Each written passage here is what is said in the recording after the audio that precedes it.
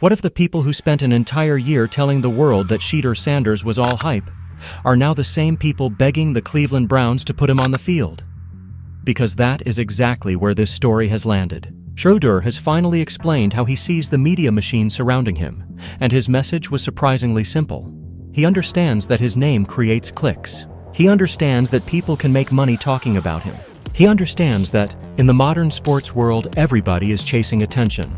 But there is one thing he says he cannot respect: people who talk down on somebody else purely for their own financial gain. And suddenly, a lot of what happened during his rookie season starts to look completely different. Because Shedeur was never saying that nobody was allowed to criticize him. He was saying he could tell the difference between somebody doing their job and somebody building their entire business around tearing him down. And now, after months of criticism, mockery, debates, and media backlash, the strangest part is that some of those same voices are beginning to talk about him like he might actually be the answer in Cleveland.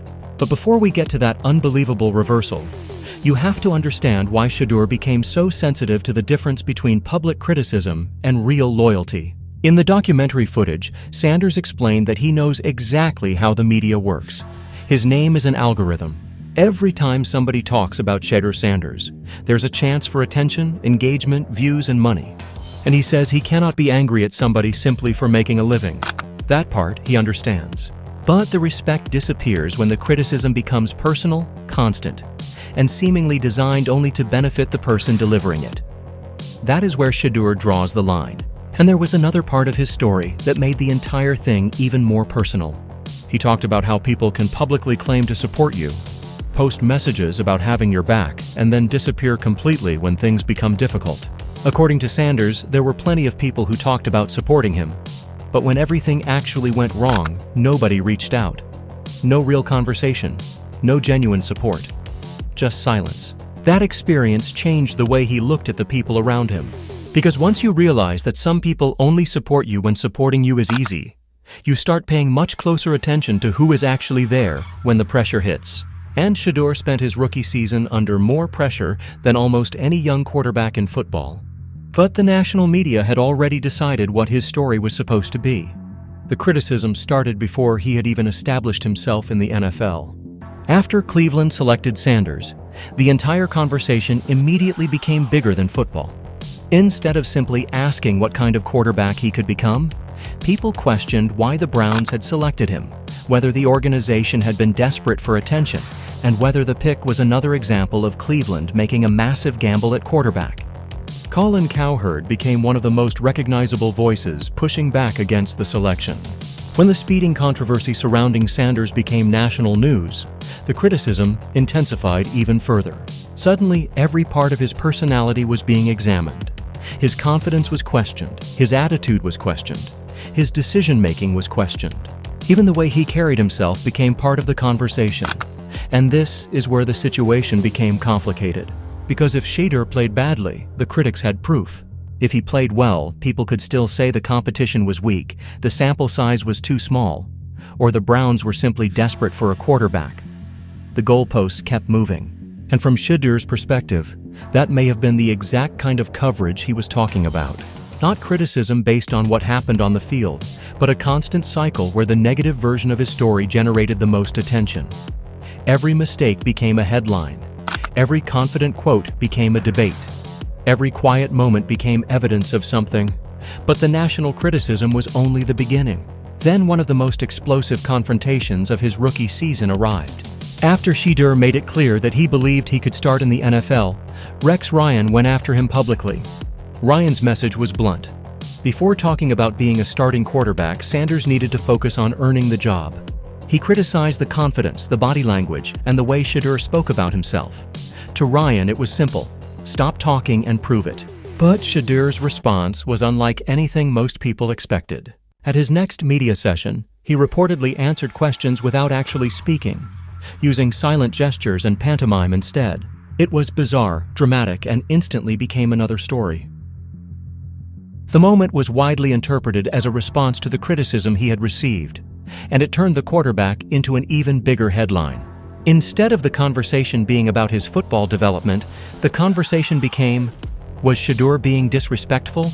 Was he immature? Was he sending a message? Was the media making too much of it? His mother, Shedeur Sanders, also criticized Ryan's comments publicly, arguing that the energy directed toward her son was harmful, and Ryan continued questioning Sanders, including his behavior after difficult moments. To his critics, Shedeur was proving their point. To his supporters, he was being attacked for simply having confidence. And that is the trap Shedeur found himself in. If he talked, people said he talked too much. If he stayed silent, people searched for a message in the silence. If he defended himself, people called him sensitive. If he ignored the criticism, people said he was avoiding accountability. No matter what he did, the conversation kept circling back to the same thing. Shedeur Sanders was the story. And the more people talked about him, the bigger the story became. But then the conflict moved from national television to Cleveland itself.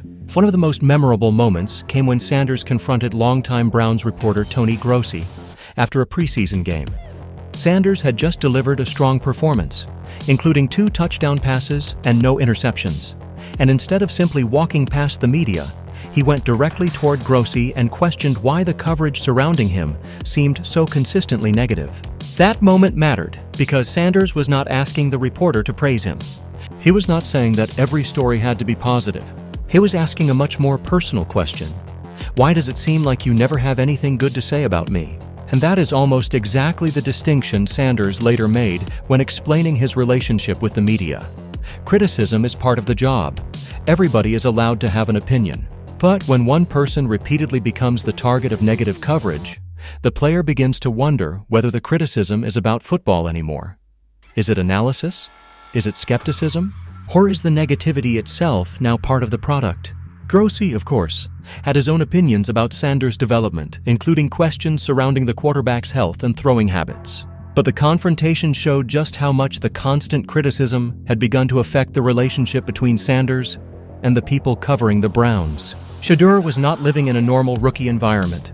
He had already arrived with a massive name, a famous father, a huge online following, and a reputation that had been debated for years before he ever took an NFL snap. So every single opinion about him came with extra attention. And when you become that valuable to the algorithm, even your enemies can become part of your brand. But then football finally gave Shedeur something the media could not control, an opportunity to play. And that opportunity changed everything. The Browns' quarterback situation became one of the strangest stories in the league. Cleveland had multiple quarterbacks competing for opportunities, and Sanders had to wait for his chance. But once he finally got onto the field, the conversation began to change. He started the final stretch of the 2025 season and showed enough to force people to take him seriously. The numbers were not perfect, and nobody should pretend that a handful of games automatically proves a quarterback is a franchise star. But Sanders demonstrated something that had been missing from the conversation surrounding him. He could actually play NFL football. He could make throws. He could operate an offense. He could survive difficult circumstances. And suddenly, the discussion moved away from whether he was too confident and toward whether Cleveland had underestimated him. That was a major shift, because for months the argument had been that Shedeur needed to prove he belonged. Then he got on the field and gave the Browns something to evaluate, and now the entire situation has changed again. The quarterback many people wanted to dismiss was suddenly becoming a serious part of the conversation. But the biggest twist was still waiting. Because now, some of the same voices that once questioned whether Shedeur Sanders was ready are beginning to argue that he should be the quarterback Cleveland builds around. Colin Cowherd, who was heavily critical of the Browns' decision to draft Sanders and later criticized him during the speeding controversy, has since expressed belief that Sanders can win games for Cleveland. The tone has changed. The language has changed. The conversation has changed. Instead of asking whether Shedeur was a mistake, people are now asking whether the Browns would be making a mistake by not starting him.